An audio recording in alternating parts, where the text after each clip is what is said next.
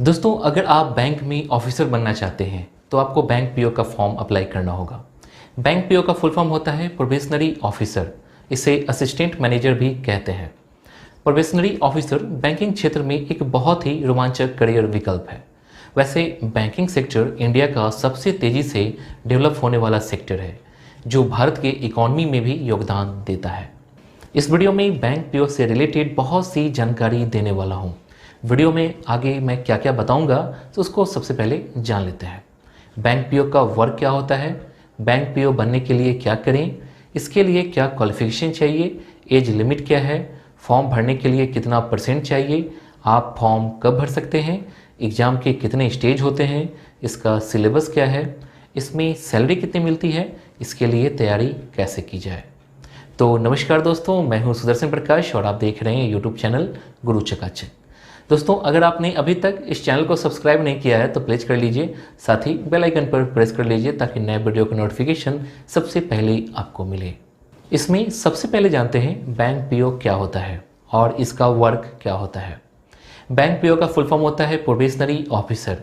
एक पीओ को probation period के पूरा होने से पहले किसी भी तरह का वर्क दिया जा सकता है, जैसे क्लर्क या असिस्टेंट की रिस्पॉन्सिबिलिटी भी संभालने को दी जा सकती है, जिससे बैंक के विभिन्न वर्किंग प्रोसीड्यूर के बारे में जानकारी हो सके। प्रोबेशन पीरियड के दौरान फाइनेंस, अकाउंटिंग, मार्केटिंग के साथ साथ इन्वेस्टमेंट के व्यवहारिक ज्ञान की ट्रेनिंग भी दी जाती है। इसके साथ ही रूटीन वर्क्स जैसे स्क्रॉलिंग, पोस्टिंग, अकाउंट प्रिपरेशन आदि का कार्य भी दिया जाता है। प्रोबेशन पीरियड पूरा होने के बाद बैंक पीओ को किसी भी शाखा में असिस्टेंट बैंक मैनेजर के रूप में नियुक्त किया जाता है, जहां पर पीओ दैनिक ग्राहक लेन देन, चेक पास करना, ड्राफ्ट जारी करना, कैश मैनेजमेंट आदि। अब क्वेश्चन होगा, बैंक पीओ बनने के लिए क्या करें। दोस्तों, बैंक पीओ बनने के लिए सबसे पहले आपको आईबीपीएस का ऑनलाइन फॉर्म अप्लाई करना होगा।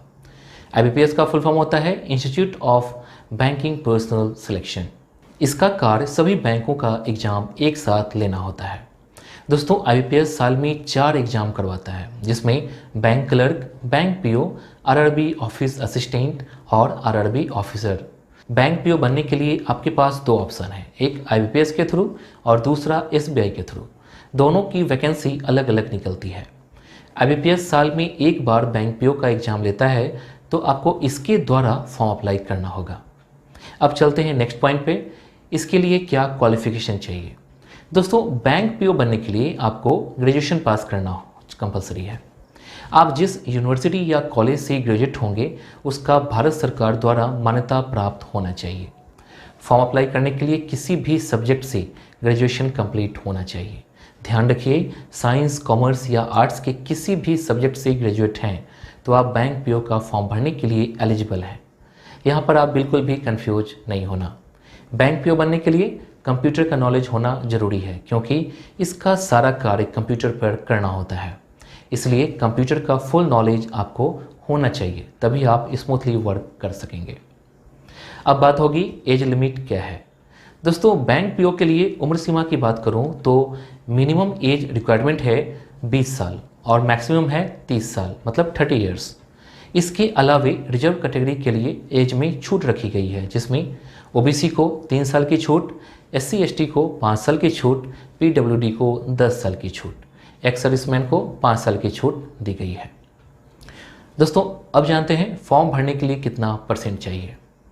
इसका फॉर्म अप्लाई करने के लिए आपका सिर्फ ग्रेजुएशन पास होना चाहिए, चाहे आप 60% हो या 45%। आप बैंक पीओ का फॉर्म अप्लाई कर सकते हैं। यहाँ पर आप बिल्कुल भी कंफ्यूज मत होना। वीडियो अच्छा लग रहा है तो लाइक जरूर कीजिए, साथ ही चैनल को सब्सक्राइब भी कीजिए। अब अगला क्वेश्चन होगा, आप फॉर्म कब भर सकते हैं। दोस्तों, आईबीपीएस हर साल बैंक पीओ की वैकेंसी निकालता है। अगस्त महीने में इसका ऑनलाइन रिक्रूटमेंट निकलता है और इसी समय से अक्टूबर तक फॉर्म अप्लाई कर देना होता है। लगभग 24 दिनों का टाइम मिलता है ऑनलाइन फॉर्म अप्लाई करने के लिए। अब क्वेश्चन होगा, एग्जाम के कितने स्टेज होते हैं। दोस्तों, पीओ एग्जाम के 3 स्टेज होते हैं, फर्स्ट प्रीलिम्स, सेकेंड मेंस और थर्ड है इंटरव्यू। प्रीलिम्स एग्जाम पास करने के लिए एक सिक्योर मार्क्स लाने होते हैं, तभी आप मेंस एग्जाम में बैठ पाएंगे। ध्यान रखिए, दोनों एग्जाम ऑनलाइन मोड में होते हैं। इन दोनों एग्जाम के बाद आता है इंटरव्यू का। बैंक क्लर्क में इंटरव्यू नहीं होता, लेकिन पीओ के एग्ज़ाम में इंटरव्यू होता है और इसे क्वालिफाई करना ज़रूरी होता है, तभी आप पीओ के लिए सिलेक्ट हो पाएंगे। अब सबसे इम्पॉर्टेंट पॉइंट है इसका सिलेबस क्या है। दोस्तों, एग्ज़ाम पास होने के लिए पूरा सिलेबस आपको पता होना चाहिए। पीओ का एग्ज़ाम 3 स्टेज में होता है, प्रीलिम्स और मेंस और इंटरव्यू। इंटरव्यू के बारे में आगे मैं बताऊंगा, अभी प्रीलिम्स और मेंस के सिलेबस को देखते हैं।